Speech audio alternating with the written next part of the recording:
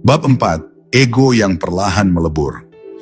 Ego adalah bagian dari dirimu yang paling keras bersuara, namun paling rapuh ketika disentuh kesadaran. Ia tumbuh dari rasa memiliki, dari anggapan bahwa hidup ini berada dalam kendalimu, bahwa pencapaian adalah hasil mutlak dari usahamu. Ego ingin diakui, ingin dipastikan keberadaannya, ingin merasa lebih dari sekadar hamba. Namun ketika seseorang mulai menyadari nafasnya dengan jujur, ego perlahan kehilangan pijakan.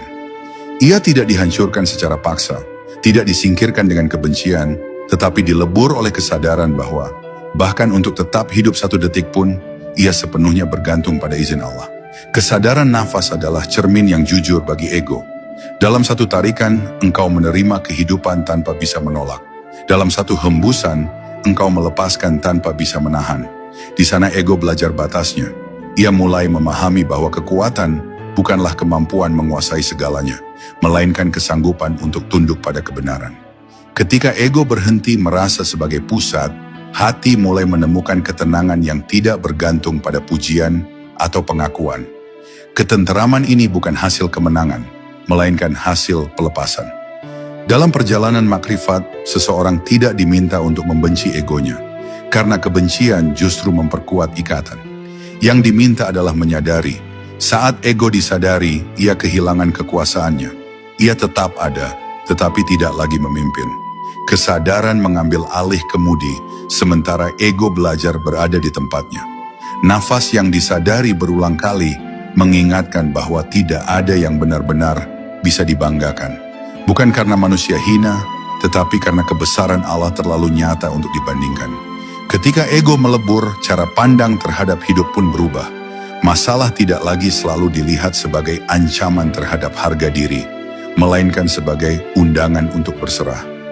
Keberhasilan tidak lagi melahirkan kesombongan, melainkan rasa syukur yang dalam. Bahkan kegagalan tidak terasa menghancurkan, karena identitas tidak lagi bertumpu pada hasil.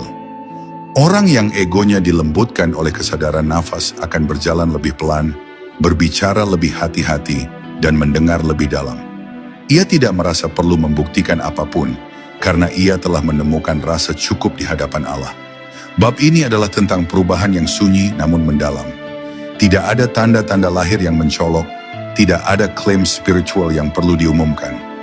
Ego tidak lenyap dalam satu malam, tetapi ia melebur sedikit demi sedikit, seiring kesadaran yang terus diasah. Setiap kali engkau kembali pada nafas dengan kehadiran, setiap kali engkau menyadari ketergantunganmu tanpa perlawanan, disitulah ego melemah dan jiwa menguat. Dan pada titik itulah, engkau mulai memahami bahwa ketundukan bukanlah kehilangan diri, melainkan jalan pulang menuju hakikat dirimu yang sejati sebagai hamba.